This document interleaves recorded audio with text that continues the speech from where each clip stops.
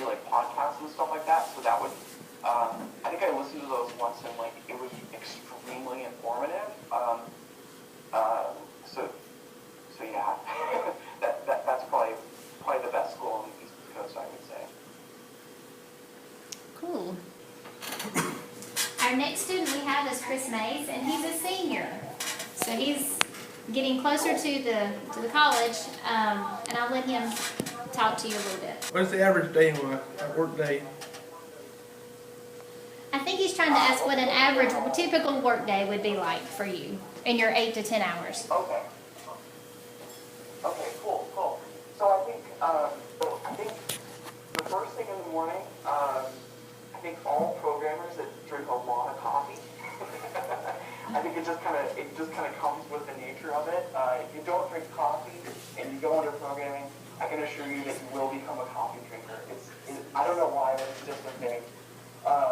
So I think the first thing I do. Then what I do is, I probably spend about an hour kind of reading through email and answering questions for calling around. And that's actually kind of a lot of fun, but it's nice because if I have a meeting on the other side of the world, I can get there really quickly. So it's kind of like most technology companies they try to make it fun but you still work hard at the same time. As a piece of open source code that someone can kind of grab and use and see and kind of play with. So it all kind of depends, but I spend a good part of my afternoon just sitting down and coding and kind of being in my zone. I kind of like doing that. It's kind of nice to... They can actually be your virtual lab partner, so you don't have to do that. It'll help you, especially when there's a lot of great things. I don't know, I didn't check today.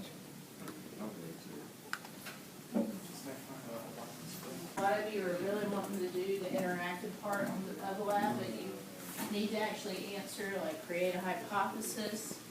You then need to figure out what are the chemicals that you're using, what is the independent and dependent variables, so make sure you're answering the questions. Hey, come here. Don't get too excited and jump ahead.